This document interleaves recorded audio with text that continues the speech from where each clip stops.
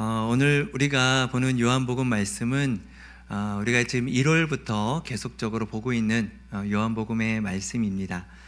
요한복음의 말씀은 예수님이 어떤 분이신지를 본인이 스스로 드러내시는 그러한 말씀입니다. 오늘 본문에서도 예수님은 자신을 참 포도나무다 이렇게 지금 표현하고 계시는 것을 우리가 볼 수 있습니다. 우리가 지난번 시간에서도요, 예수님은 나는 부활이요 생명이다 이렇게 말씀하시는 것을 보게 됩니다. 나는 뭐뭇이다, 나는 뭐뭇이다 이렇게 지금 예수님께서 말씀하고 계시는데요, 나는 뭐뭇이다 이것을 헬라어로 에고 에이미 이렇게 표현을 하고 있습니다. 에고 에이미 한번 따라해 보시겠습니까? 에고 에이미, 에고 에이미, 네, 에고 에이미, 네, 그렇습니다. 나는 뭐뭇이다 라는 그런 의미입니다. 영어로는 I am이죠. 네, 그런 의미인데요, 요한복음에는 7번의 에고 에이미가 나옵니다. 많이 들어보신 말씀인데요, 나는 생명의 떡이다, 나는 빛이다, 나는 양의 문이다, 나는 선한 목자다, 나는 부활이요 생명이다, 나는 길이요 진리요 생명이다. 오늘 마지막 7번째, 나는 참 포도나무다 이렇게 표현하고 있는 것을 보게 됩니다. 다른 복음서에는 이런 표현이 없습니다. 요한복음에서만 나오는 특별한 그런 의미를 가지고 있습니다. 오늘 본문에서요, 예수님은 왜 자신을 참 포도나무, 왜 포도나무로 비유를 하신 그 이유가 무엇일까요?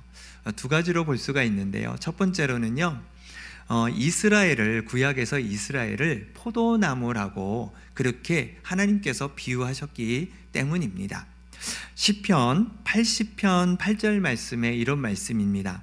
주께서 한 포도나무를 애굽에서 가져다가 민족들을 쫓아내시고 그것을 심으셨나이다 이렇게 표현하고 있습니다. 여기서 포도나무는 이스라엘을 가리키죠. 이스라엘을 애굽에서 보내셔 벗어나게 하셔서 가나안 민족을 쫓아내고 그 땅을 차지하게 하셨다 이런 표현인 것입니다. 또한 이사야 5장 4절에도 동일한 표현이 있습니다. 내가 내 포도원을 위하여 행한 것 외에 무엇을 더할 것이 있으랴. 내가 좋은 포도 맺기를 기다렸거늘 들포도를 맺음은 어찌 됨인고 이렇게 표현하고 있습니다. 여기서 포도원은 바로 이스라엘을 의미하죠. 이스라엘을 통해서 하나님께서는 좋은 포도 맺기를 원하셨는데 들포도가 맺어졌다라는 것입니다. 들포도는 맛없는 포도를 말하는 것이죠. 맛있는 포도가 맺어질 줄 알았는데 들포도가 맺어졌다라는 것입니다. 그들의 죄악으로 인해서 하나님의 백성 이스라엘이 열매 맺지 못하는 그러한 안타까움을 표현하고 있는 그런 말씀인 것이죠. 그래서 예수님께서 나는 참 포도나무다 이렇게 표현하고 계시는 거예요. 하나님께서 예수님을 통해 완전한 이스라엘의 회복을 말씀하고 있는 것이지요. 그래서 자신을 포도나무다 이렇게 표현하고 있습니다. 두 번째로는요, 포도나무는 유대인들이 흔히 볼 수 있는 그러한 나무였던 것이죠. 그러니까 쉽게 그들이 이해할 수 있는 그러한 비유로 포도나무를 이야기하신 것입니다. 지중해 연안에 인접한 이 팔레스타인 지역에 잘 자라는 나무가 있습니다. 감람나무, 올리브나무죠. 무화과나무, 그리고 포도나무가 바로 대표적인 나무들입니다. 다 성경에 나와 있는 것들이죠. 다른 나무에 비해서요, 이 포도나무는 열매가 없으면 그 나무 자체에는 쓸모가 없습니다. 열매 없는 나무는 나무나 가지는 땔감용으로 쓸 수밖에 없는 것이죠. 그래서 오늘 본문에서 2절에 열매를 맺지 아니하는 가지는 아버지께서 그것을 제거해 버리시고, 그리고 6절에 밖에 버려져 마르나니 사람들이 그것을 모아다가 불에 던져 사르느니라 이렇게 말씀하고 있는 것입니다. 그러니까 다른 과일들도 당연히 열매를 맺는 것이 중요하지만 포도나무는 열매를 맺는 것이 훨씬 더 중요하다라는 것입니다. 오늘 말씀은 포도나무와 가지의 이 관계처럼 예수님과 우리의 관계에 대해서 말씀해 주고 있습니다. 가장 포인트가 되는 말씀은 내 안에 거하라 라는 말씀이지요. 오늘 말씀의 제목처럼 하나님 안에서 삽시다 라는 오늘의 말씀처럼 하나님의 안에 거하는 우리의 삶이 될 수 있기를 주님의 이름으로 축복합니다. 그러면 우리는 하나님 안에 거하는 삶을 왜 살아야 될까요? 왜 하나님은 우리를 하나님 안에 살으라고 말씀하신 그 이유가 무엇일까요? 하나님께서 우리를 창조하시고 우리를 그냥 창조하신 대로 우리의 특성에 따라 그냥 살게 하시고 힘들고 어려울 때마다 하나님 앞에 와서 기도하고 구하면 되지, 왜 굳이 하나님은 하나님 안에 살라고 말씀하시는 그 이유가 무엇일까요? 죄송합니다. 그것은 우리가 하나님으로부터 나왔기 때문에 그렇습니다.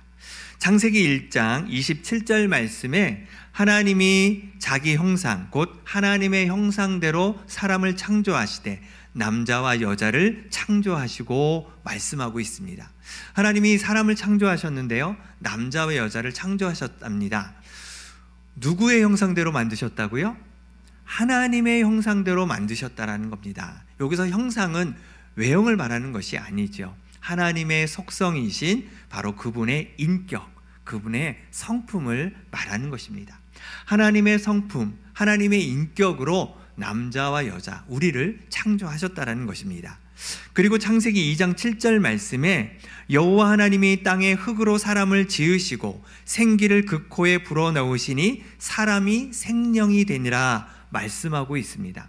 하나님께서 손수 흙으로 우리를 빚어주셨다라는 것입니다. 빚어주시고 그 코에 생기를 불어넣었다. 생기라는 것은 하나님의 호흡입니다. 생명의 호흡을 우리 코에 넣어주심으로 말미암아 우리가 생명이 되었다. 하나님의 영이 함께하는 그러한 존재가 되었다. 살아있는 사람이 되었다라고 말씀하고 있는 것입니다.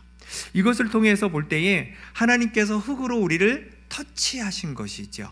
그리고 우리의 모델이 누구예요? 하나님의 형상이에요. 하나님의 형상으로 우리를 만드셨습니다. 그리고 그 코에 하나님께서 입김을 부르셨는데 바로 하나님의 호흡을 통해 우리가 인간이, 사람이 되었다라는 것이죠.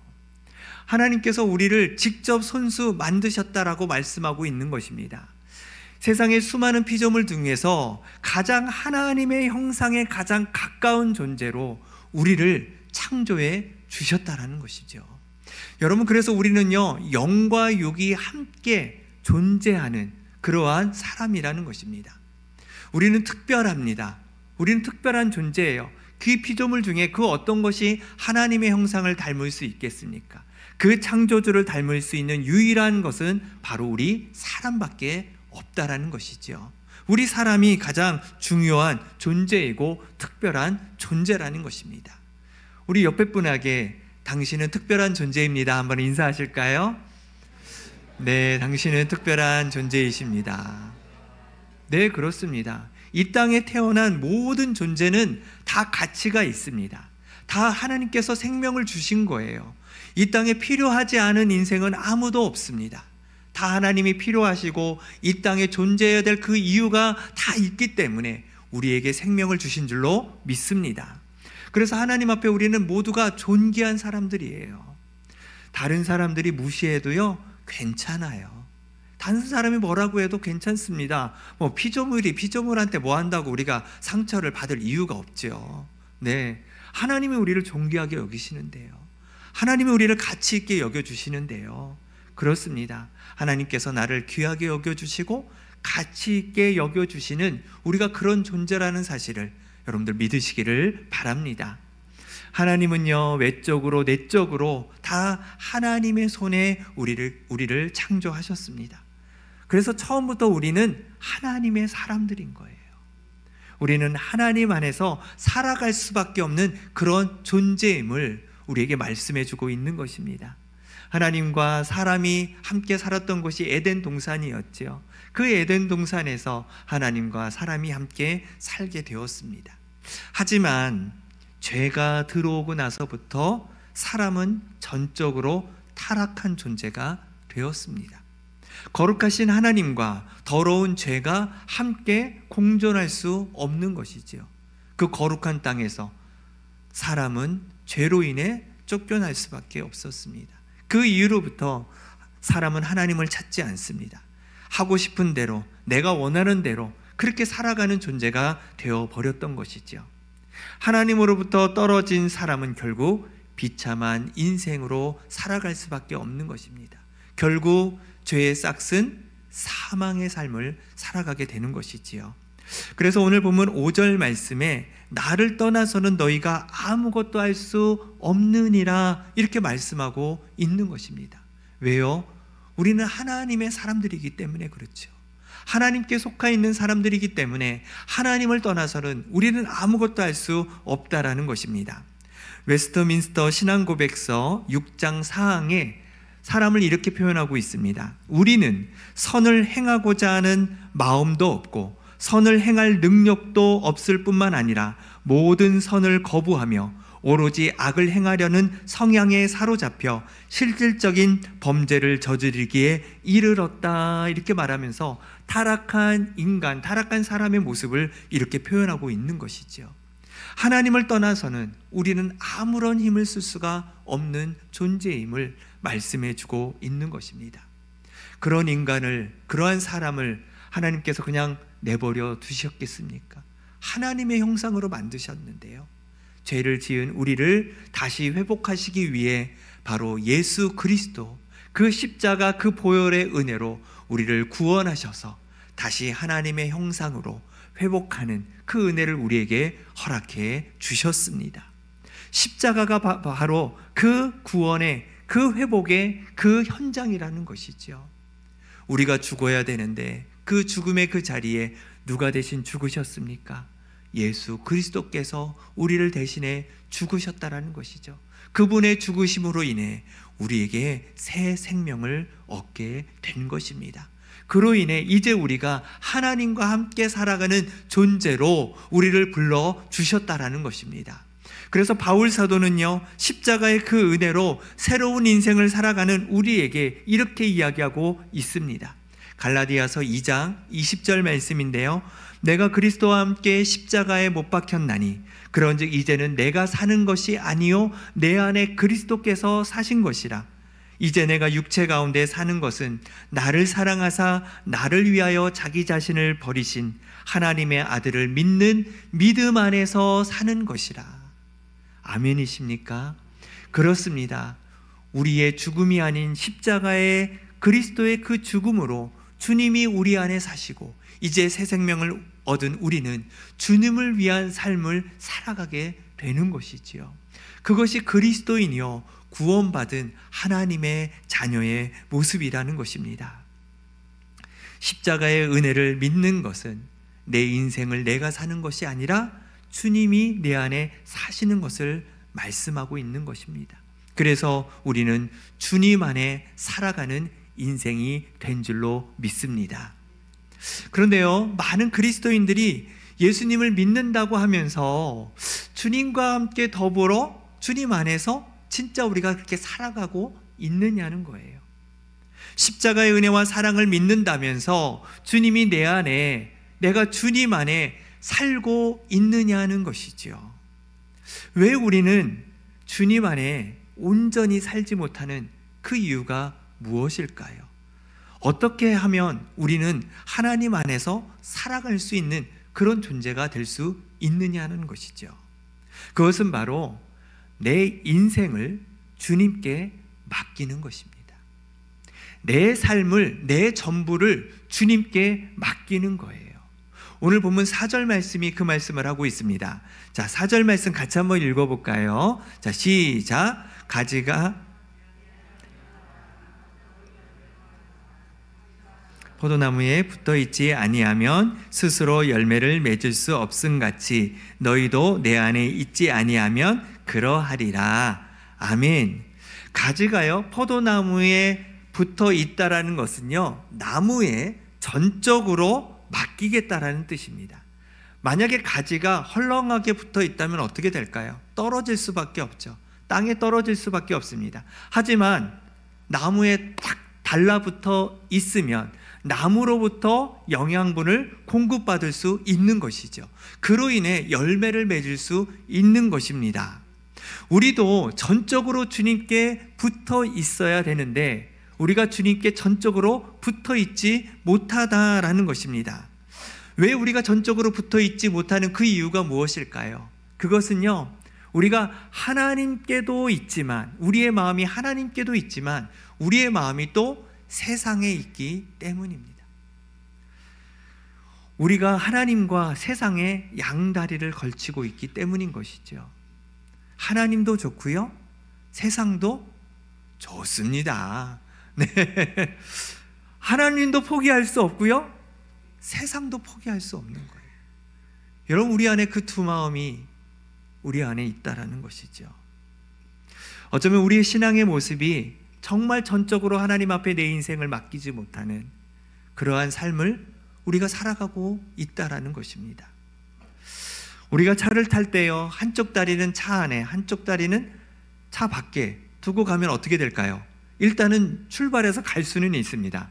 한쪽 발이 걸려 있으니까 가겠지요. 하지만 한참 가다 보면 결국은 바깥으로 밀려나게 되어 있습니다. 차 안쪽으로 들어오지 않고요, 차 밖으로 밀려나가게 되어 있습니다. 하나님과 세상을 함께 걸치고 있으면 하나님께 기울기보다는 우리는 세상으로 기울 수밖에 없다라는 것이죠. 마태복음 6장 24절에 이렇게 말씀하고 계십니다. 한 사람이 두 주인을 섬기지 못할 것이니 혹 이를 미워하고 저를 사랑하거나 혹 이를 중히 여기고 저를 경히 여김이라. 너희가 하나님과 재물을 겸하여 섬기지 못하느니라 말씀하고 있습니다. 우리는 하나님을 섬겨야 됩니다. 하나님 앞으로 나아가야 됩니다. 우리가 하나님과 세상을 두 개를 같이 섬길 수 없다라는 것입니다. 이런 모습은 하나님 안에서 온전히 거하는 삶을 살 수 없다라는 것을 말씀해주고 있는 것이지요. 하나님께 우리의 모든 것을 맡기면 주님이 우리를 붙들어 주십니다. 내가 주님을 붙드는 게 아니고요, 주님이 나를 붙들어 주세요. 주님이 붙들어 주셔야 우리는 주님 안에 살 수 있는 것입니다. 우리가 주님을 붙들면 어떻게 될까요? 우리는 약하기 때문에 주님을 오래 붙들 수가 없다라는 것이죠. 아이가 아빠를 잡는 것이 안전하겠습니까? 아빠가 아이를 잡는 것이 안전하겠습니까? 아빠가 잡아야 안전한 것이죠. 아이가 아무리 힘있게 잡아도 힘이 약하기 때문에 떨어질 수밖에 없습니다. 하지만 아빠가 아이를 잡으면 절대 놓치지 않는다라는 것이죠. 우리의 인생을 주님께 맡겨드리면, 우리의 삶을, 우리의 모든 것을 주님께 맡겨드리면 주님이 우리를 붙잡아 주셔서 주님 안에서 우리가 떨어지지 않도록 하나님께서 붙들어 주신다라는 것입니다. 이사야 41장 10절 말씀에 이렇게 말씀하십니다.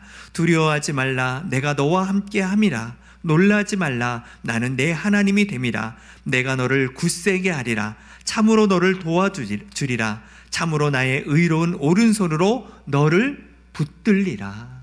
아멘. 주님이 붙드시면 그 누구도 이 붙들림 받는 이 상태에서 벗어날 수 없다라는 것입니다. 그 누구도 그것을 빼앗을 수 없다라는 것이죠. 하나님이 붙드시면 우리는 주님 안에 살 수 있습니다. 우리의 시선이 어디에 있습니까? 우리의 마음이 어디에 있습니까? 내 인생을 내가 잡고 있다면 이제 주님께 맡기시길 바랍니다. 내 모든 것을 내가 붙잡고 있다면 이제 주님께 내 모든 것을 드리시길 바랍니다. 주님께서 주님의 그 강한 손으로 우리를 붙드셔서 주님 안에 살아갈 수 있도록 주님께서 도와주실 줄로 믿습니다. 우리가 하나님 안에 살게 되면 하나님께서 우리가 그러한 존재이고 또 하나님께서 우리 안에 살아가면 내 모든 것을 도와주시고 책임져 주시겠다 말씀하고 계시는데, 하나님 안에 있으면 우리는 어떤 일들이 일어나게 될까요? 우리는 무엇을 누리며 살아갈 수 있게 될까요? 첫 번째로는요, 응답받는 기도의 삶을 우리가 살게 된다는 겁니다. 오늘 본문 7절 말씀에 너희가 내 안에 거하고 내 말이 너희 안에 거하면 무엇이든지 원하는 대로 구하라. 그리하면 이루리라 말씀하고 있습니다. 하나님 앞에 간구하고 기도하면 주님께서 다 이루어 주신다라고 말씀하고 계세요. 그런데 우리가 기도 생활하면 어떻습니까? 주님께서 우리의 기도에 다 응답해 주시나요? 그렇지 않아요.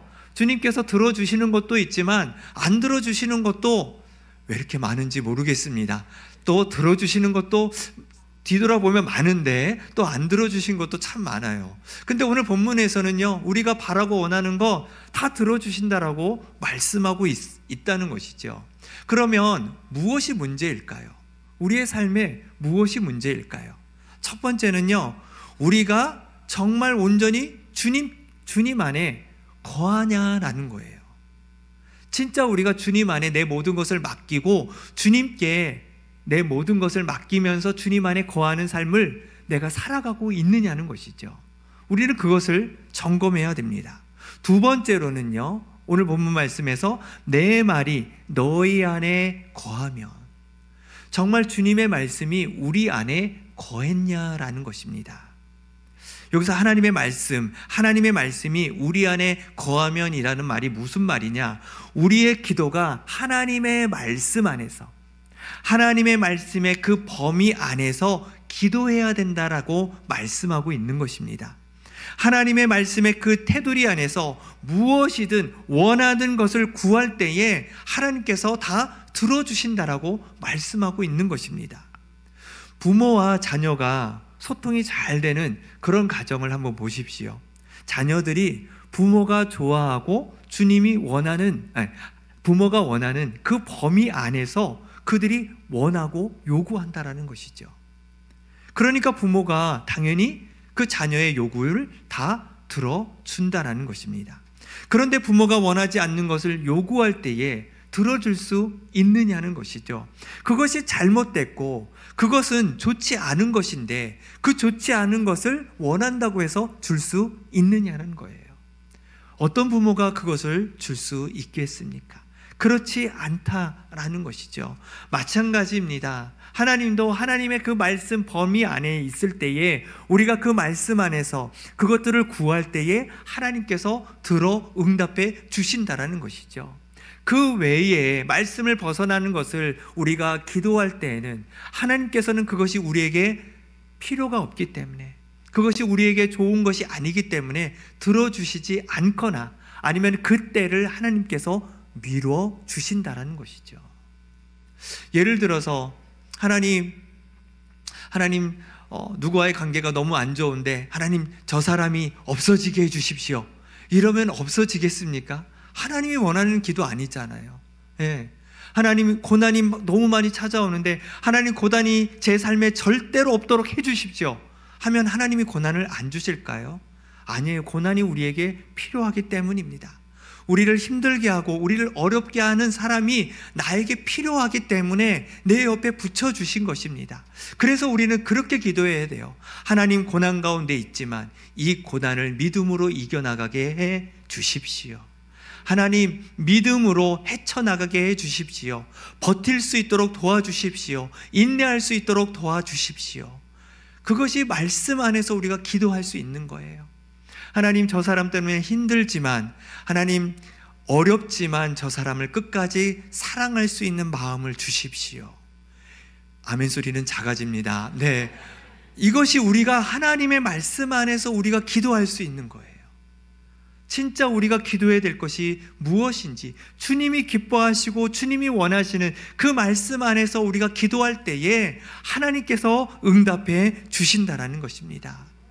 자녀 중에 부모에게 부탁할 때만 연락하는 자녀가 있지요. 꼭 돈 떨어지면 연락하는 자녀들이 있습니다. 그런데 또 어떤 자녀는요, 그냥 부모님 목소리 듣고 싶어서, 또 어떻게 지내시는지 안부가 궁금해서 전화하고 대화하는 그런 자녀들도 있습니다. 어떤 자녀에게 더 마음이 많이 가십니까? 맞아요. 네. 사실은 똑같이 다 사랑하지요. 사랑하는데 아무래도 그 자녀에게 대해서는 우리가 오히려 더 물어봐요. 너 뭐 필요하니? 너 원하는 게 뭐니? 그렇죠. 오히려 더 물어보지요. 뭐 원하지 않아도 오히려 부모가 더 그 자녀를 생각하고 그 자녀에게 필요한 것을 더 주게 됩니다. 하나님도 마찬가지입니다. 우리가 필요할 때만 하나님을 찾는 것이 아닙니다. 우리가 언제 어디서든 항상 주님 앞에 나아가 주님을 찾고 또 주님과 대화하는 삶, 여러분, 그것이 바로 우리가 해야 될 진정한 기도인 줄로 믿습니다. 분명 하나님께서는 우리의 그 기도에, 그 말씀 안에서 반드시 응답하시는 하나님이심을 믿고 주님 안에서 늘 주님께 기도함으로 응답받는 우리의 삶이 되어야 될 줄로 믿습니다. 두 번째로는요, 열매 맺는 삶을 우리가 살 수 있습니다. 본문 2절 말씀에요, 물은 내게 붙어있는 열매를 맺지 아니하는 가지는 아버지께서 그것을 제거해 버리시고 물은 열매를 맺는 가지는 더 열매를 맺게 하려 하여 그것을 깨끗하게 하시느니라 말씀하고 있습니다. 오늘 말씀의 주된 말씀들이 무엇이냐면 열매를 맺게 하신다라고 말씀하고 있습니다. 포도나무의 열매는 무엇입니까? 포도죠. 그러면 예수님 안에 있는 우리는 어떤 열매를 맺어야 될까요? 예수 열매를 맺는 거예요. 예수 열매. 예수 열매? 예수 열매를 우리는 어떻게 맺는 것일까요? 목회자마다 이 본문의 내용을 가지고 이 열매에 대한 여러 가지 많은 표현들을 하십니다. 전도의 열매를 맺는 것이 바로 우리가 맺어야 될 열매입니다. 이렇게 말씀하시는 목회자분들도 계십니다. 또 성령의 9가지 열매를 맺는 것이 바로 우리가 맺어야 될 열매입니다. 이렇게 말씀하시는 목사님들도 계십니다. 저도 전적으로 동의하고요. 그 열매 가운데는 이것도 포함이 됩니다. 그런데 묵상 가운데에 조금 더 우리가 좀 볼 수 있는 것이 무엇이냐면 8절 마지막 부분에 이렇게 말씀하고 계십니다. 너희는 내 제자가 되리라 말씀하고 있는 거예요. 예수님께서 제자를 부르시고 훈련시켜서 결국 나중에 이들이 예수님을 닮아 예수님을 따라 이 땅에서 복음을 전하며 그 사명을 감당하는 제자들이 되었습니다. 제자는요, 스승에게 배우는 사람을 말하는 것이죠. 그래서 스승을 닮아가고 스승을 따라가는 삶을 살아가는 것이 제자입니다. 우리가 열매를 맺는다라는 말이 무엇이냐? 바로 예수님을 닮아서 예수님의 삶을 살아가는 것이 바로 열매라는 것이지요. 예수님께서 이 땅에 보여주신 그 삶의 모습, 그 모습을 우리의 삶의 열매로 맺고 살아가는 것을 말씀하고 있는 것입니다. 그럼 예수님은 어떤 모습의 삶을 우리 앞에서 보여주셨을까요? 첫 번째로는요, 예수님은요, 자신에게 주어진 일, 자신에게 주어진 사역을 성실하게 이행하셨습니다. 마찬가지로 우리도 우리의 삶에서 가정과 일터와 일상에서 성실하게 살아가는 것이 바로 주님을 닮아 주님의 열매를 맺는 삶입니다. 두 번째로는요, 예수님은요, 힘들고 어렵고 소외당하고 가난한 사람들과 함께 하셨습니다. 우리도 우리의 도움이 필요한 사람들, 안타까운 사람들, 그들에게 관심을 가지고 그들에게 도와줄 수 있는 것, 그것이 바로 예수님을 닮은 열매의 삶입니다. 세 번째로는요, 예수님은 안식일에 예배를 드리시고 매일 기도하시며 하나님과 소통하셨습니다. 우리도 공교회에서 예배의 삶을 살아가면서 일상에서도 하나님과 깊은 교제의 삶을 살아가는 것, 그것이 주님을 닮은 열매의 모습입니다. 마지막 네 번째로는요, 예수님은 가는 곳곳마다 하나님의 복음을 전하셨습니다. 우리도 어느 곳에 있든지 복음의 사람으로 살아가고 복음을 흘려보내는 삶을 살아가는 것, 그것이 바로 주님을 닮는 열매 맺는 삶인 줄로 믿습니다. 그런데 가지는 스스로 열매를 맺을 수 있을까요? 그렇지 못하죠. 가지는 힘이 없습니다. 그러할 능력이 없습니다. 가지는 포도나무, 나무에 붙어 있기 때문에 열매를 맺을 수 있는 것입니다. 마찬가지입니다. 우리가 노력해서 예수님을 닮아가는 것이 아니고요, 예수님이 우리를 예수님을 닮아가도록 인도해 주신다라는 거예요. 우리의 노력이 아니에요. 주님이 우리를 그렇게 만드실 거예요. 누구 안에 거할 때요? 주님 안에 거할 때. 우리가 하나님 안에 거할 때에요, 하나님이 우리를 열매 맺게 하시는 거죠. 주님을 닮아가게 하실 거예요. 제자들이 노력하고 애써서 그들이 그렇게 된 것이 아니라 주님께 배웠고 그들이 주님 안에 또 주의 성령이 그의 안에 임했을 때에 그들이 예수님을 닮은 열매의 삶을 살아갈 수 있게 되었던 것입니다. 우리가 할 수 있는 것이 아니라 그것조차도 주님이 하신다는 사실을 여러분들 믿으시기를 바랍니다. 하나님은 우리가 주님 안에 살아감으로 하나님께 영광이 된다라고 말씀하고 있습니다. 우리 많은 그리스도인들이요, 조금씩 착각하는 게 무엇이냐면 하나님과 교회를 위해 내가 무엇인가를 열심히 해야 주님이 영광을 받으신다라고 생각하고 있습니다. 그런데요, 성경은 그렇게 얘기하지 않습니다. 우리가 하는 것보다 주님이 하시는 게 더 잘 되지 않겠습니까? 주님이 하셔야 더 잘 되는 것입니다. 그래서 주님이 우리에게 말씀하시는 것이 너는 내 안에 거하라. 내 안에 있어. 그것이 바로 나의 영광을 드러내는 거야. 주님께서 우리에게 말씀해 주고 있습니다. 여러분도 주님 안에 살고 계십니까? 여전히 주님과 세상을 함께 겸하고 있는 것은 아니십니까? 이제 세상에 두었던 마음과 시선을 이제 주님께 돌이키시기를 바랍니다. 주님 안에 붙어 사시기를 바랍니다. 주님이 우리를 붙들어 주십니다. 우리가 주님 안에 있을 때에 우리는 하나님의 은혜를 경험할 뿐만 아니라 주님의 영광이 드러난다는 사실을 여러분들 기억하시기를 바랍니다. 내 인생을 주님께 맡기십시오. 내 모든 것을 주님께 맡기십시오. 우리 존재가 하나님으로부터 왔다라는 사실을 믿으시기를 바랍니다. 그래서 늘 주님의 의지하고 주님 바라보며 세상 것 바라보지 말고 오직 주의 십자가를 바라보고 믿음으로 걸어가 하나님과 함께 동행하는 삶을 통해 주님이 채워주시고 공급하시는 그 은혜를 힘입어 주님께 영광이 되는 저와 여러분 삶이 되시기를 주님의 이름으로 축복을 드립니다.